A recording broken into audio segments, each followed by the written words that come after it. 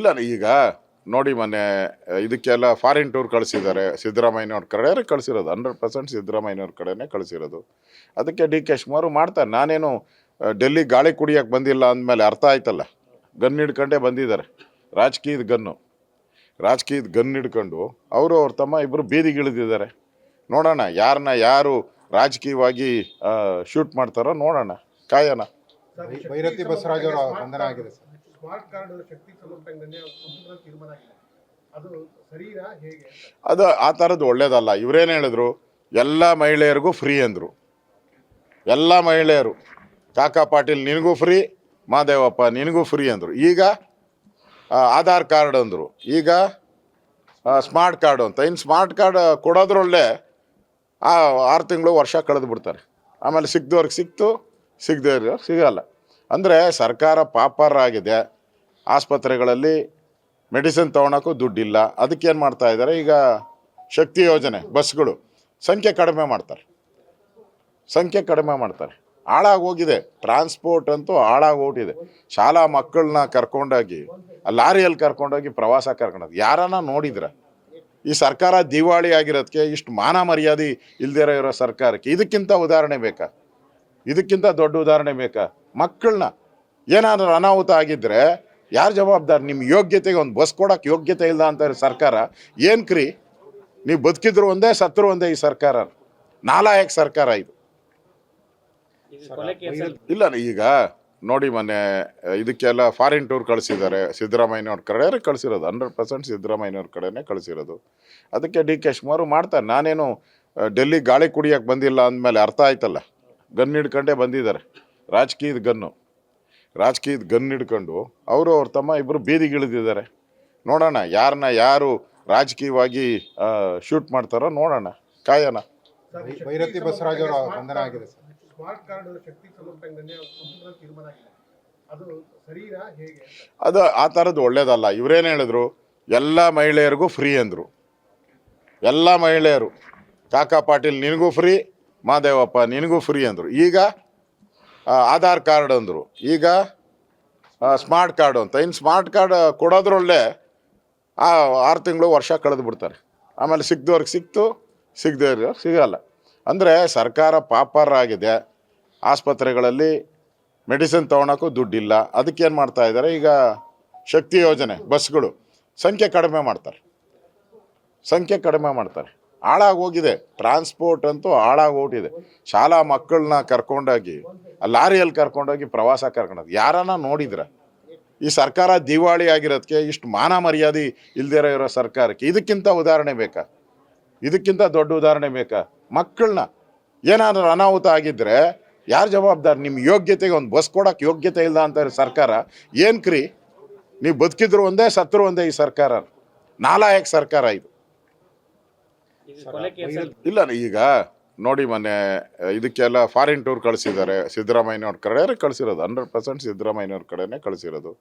ಅದಕ್ಕೆ D K Shivakumar ಮಾಡ್ತಾರೆ. ನಾನೇನು ಡೆಲ್ಲಿ ಗಾಳಿ ಕುಡಿಯೋಕ್ಕೆ ಬಂದಿಲ್ಲ ಅಂದಮೇಲೆ ಅರ್ಥ ಆಯ್ತಲ್ಲ. ಗನ್ ಹಿಡ್ಕೊಂಡೇ ಬಂದಿದ್ದಾರೆ. ರಾಜಕೀಯದ ಗನ್ ಹಿಡ್ಕೊಂಡು ಅವ್ರ ತಮ್ಮ ಇಬ್ಬರು ಬೀದಿಗಿಳಿದಿದ್ದಾರೆ. ನೋಡೋಣ ಯಾರು ರಾಜಕೀಯವಾಗಿ ಶೂಟ್ ಮಾಡ್ತಾರೋ ನೋಡೋಣ, ಕಾಯೋಣ. ಭೈರತಿ ಬಸವರಾಜ್ ಅವರ ಬಂಧನ ಆಗಿದೆ ಸರ್.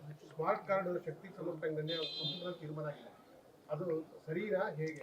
ಅದು ಆ ಥರದ್ದು ಒಳ್ಳೇದಲ್ಲ. ಇವರೇನು ಹೇಳಿದ್ರು, ಎಲ್ಲ ಮಹಿಳೆಯರಿಗೂ ಫ್ರೀ ಅಂದರು. ಎಲ್ಲ ಮಹಿಳೆಯರು, ಕಾಕಾ ಪಾಟೀಲ್ ನಿನಗೂ ಫ್ರೀ, ಮಾದೇವಪ್ಪ ನಿನಗೂ ಫ್ರೀ ಅಂದರು. ಈಗ ಆಧಾರ್ ಕಾರ್ಡ್ ಅಂದರು, ಈಗ ಸ್ಮಾರ್ಟ್ ಕಾರ್ಡು ಅಂತ. ಇನ್ನು ಸ್ಮಾರ್ಟ್ ಕಾರ್ಡ್ ಕೊಡೋದ್ರೊಳ್ಳೆ 6 ತಿಂಗಳು ವರ್ಷ ಕಳೆದು ಬಿಡ್ತಾರೆ. ಆಮೇಲೆ ಸಿಕ್ದವ್ರಿಗೆ ಸಿಕ್ತು, ಸಿಗದೇ ಇರೋರು ಸಿಗಲ್ಲ.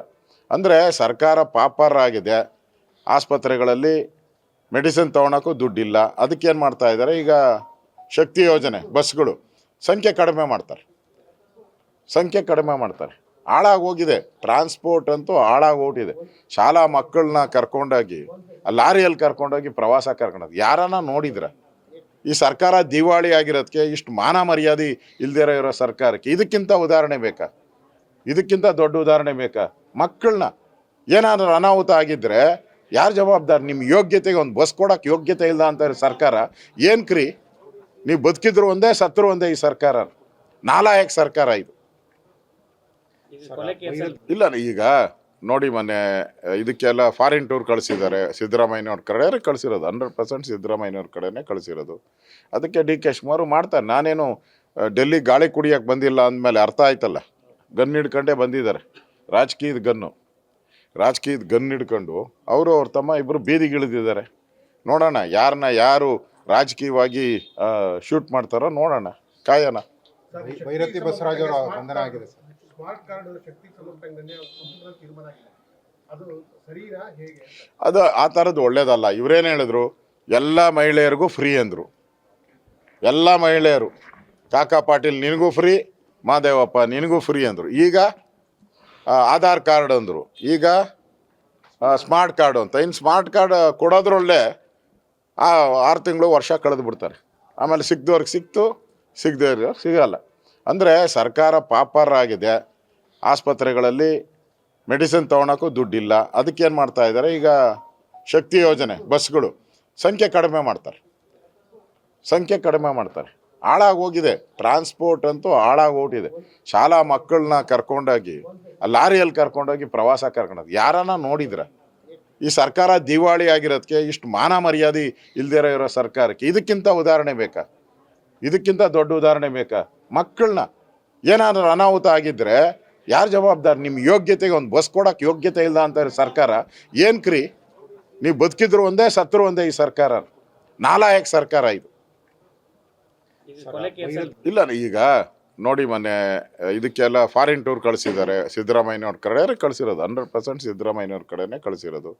ಅದಕ್ಕೆ ಡಿ ಕೆ ಶಿವಕುಮಾರ್ ಮಾಡ್ತಾರೆ. ನಾನೇನು ಡೆಲ್ಲಿ ಗಾಳಿ ಕುಡಿಯೋಕೆ ಬಂದಿಲ್ಲ ಅಂದಮೇಲೆ ಅರ್ಥ ಆಯ್ತಲ್ಲ. ಗನ್ ಹಿಡ್ಕೊಂಡೇ ಬಂದಿದ್ದಾರೆ. ರಾಜಕೀಯದ ಗನ್ ಹಿಡ್ಕೊಂಡು ಅವರು ಅವ್ರ ತಮ್ಮ ಇಬ್ಬರು ಬೀದಿಗಿಳಿದಿದ್ದಾರೆ.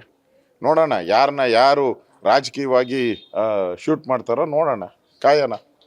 ಭೈರತಿ ಬಸವರಾಜ್ ಅವರ ಬಂಧನ ಆಗಿದೆ ಸರ್. ಸ್ಮಾರ್ಟ್ ಕಾರ್ಡ್ ಶಕ್ತಿ ಸಮರ್ಪಣೆಗೆ ಸಂಪುಟದಲ್ಲಿ ತೀರ್ಮಾನ ಆಗಿದೆ. ಅದು ಸರಿನಾ ಹೇಗೆ? ಅದು ಆ ಥರದ್ದು ಒಳ್ಳೇದಲ್ಲ. ಇವರೇನು ಹೇಳಿದ್ರು, ಎಲ್ಲ ಮಹಿಳೆಯರಿಗೂ ಫ್ರೀ ಅಂದರು.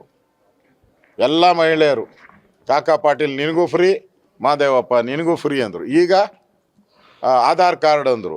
ಈಗ ಸ್ಮಾರ್ಟ್ ಕಾರ್ಡು ಅಂತ. ಇನ್ನು ಸ್ಮಾರ್ಟ್ ಕಾರ್ಡ್ ಕೊಡೋದ್ರೊಳ್ಳೆ 6 ತಿಂಗಳು ವರ್ಷ ಕಳೆದು ಬಿಡ್ತಾರೆ.